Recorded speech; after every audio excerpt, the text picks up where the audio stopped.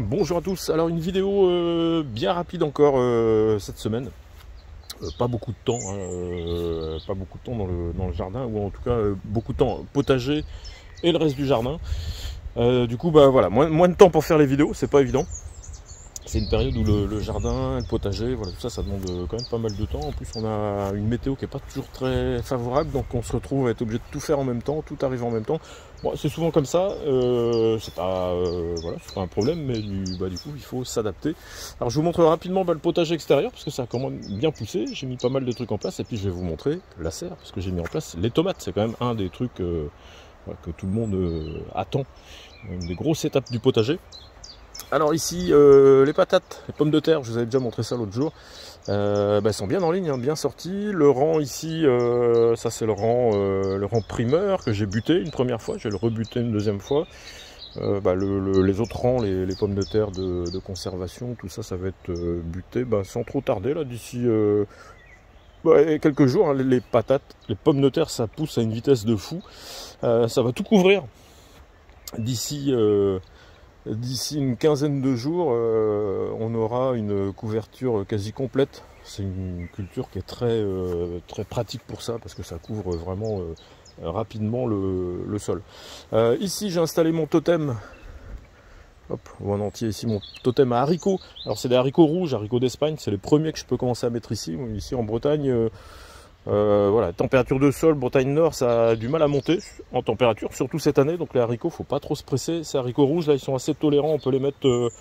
Alors j'ai pas mes températures de sol là. Ça doit être chaud, hein, parce que vous voyez, le sol est tout noir. On alterne pluie, soleil. Ça fait monter le sol en température. C'est bon pour les légumes, c'est bon pour les mauvaises herbes aussi. Vous voyez que ça sort de partout.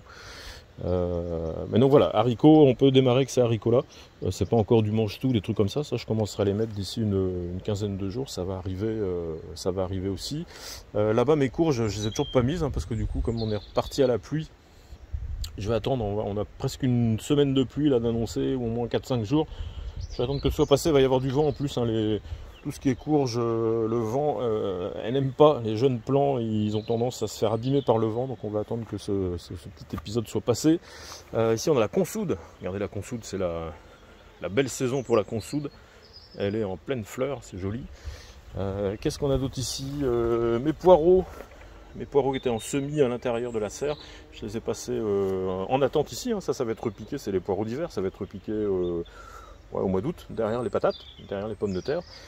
Cette année, je ne les ai pas laissés dans le bac perforé du dessous.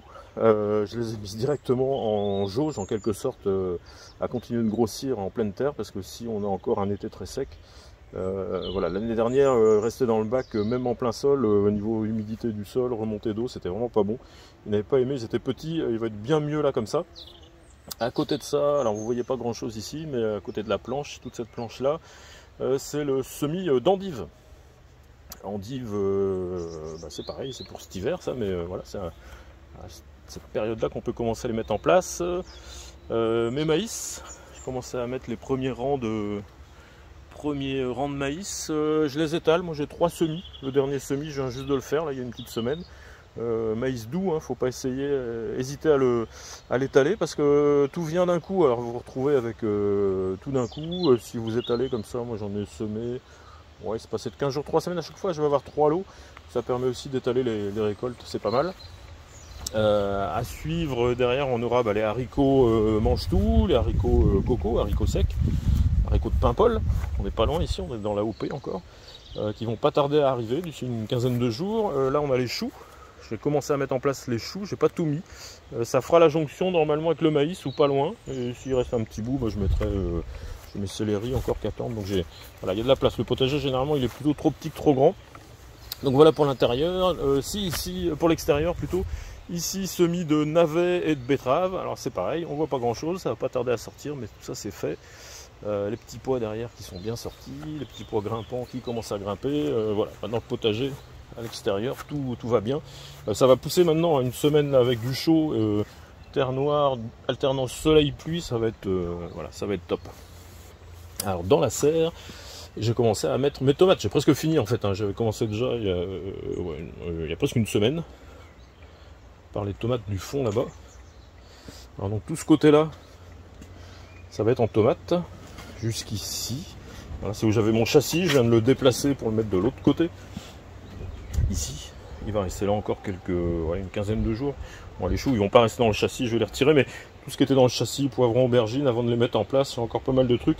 Donc tout ça, ça tournera dans le châssis pendant encore quelques semaines, une quinzaine de jours, le temps de tout finir.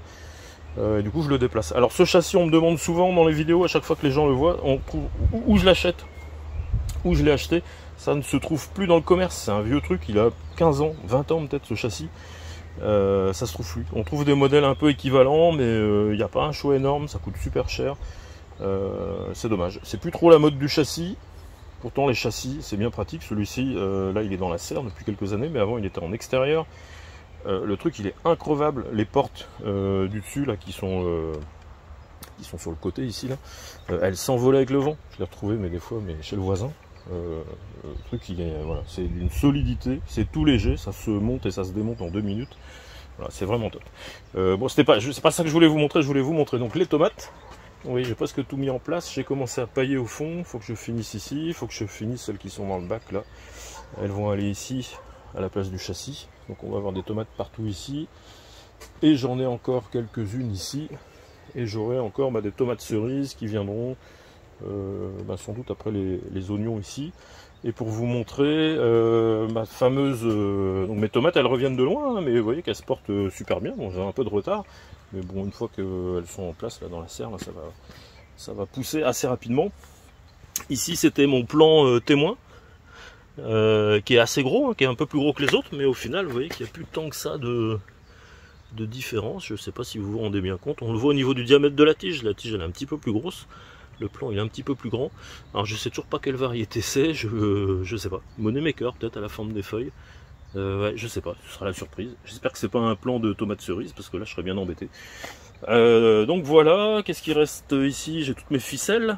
Ça, c'est les ficelles que je récupère d'année en année. Je vais finir là aujourd'hui d'installer toutes mes tomates. Finir de pailler, puis après je vais les attacher tranquillement. On peut là maintenant, il y a vraiment plus de risque de geler. Quand on les met de bonne heure, il vaut mieux pas les attacher tout de suite, parce que si jamais il y a un coup de gel qui arrive, il faut pouvoir quand même remettre un voile de forçage par dessus. Donc il n'y a pas urgence hein, à les attacher tout de suite, mais là on peut, il n'y a pas de risque. J'ai mis quelques petites salades entre deux. J'espère qu'elles vont pas avoir trop chaud, et le reste ça suit son cours. Hein. Les courges, elles sont prêtes à aller dehors, hein. Je les mettrai dès que la semaine pluvieuse sera passée, elles vont aller dehors. Les melons, concombres, tout ça, ça va aller ici à suivre hein, derrière les tomates. Donc voilà, la serre d'été finit de se mettre en place. On ramasse les fraises au passage, parce que là il y en a pas mal. On est dans la grosse saison des fraises. Ça c'est sympa. Bon voilà, vidéo courte. Je vous remercie de l'avoir suivi. Et puis je vous dis à la prochaine. On reprendra du coup des vidéos thématiques un peu plus... voilà, ce ne sera pas des simples visites du potager. Un peu plus de temps pour faire de la vidéo de potager. Voilà, merci d'avoir suivi la vidéo. À la prochaine. Bye bye.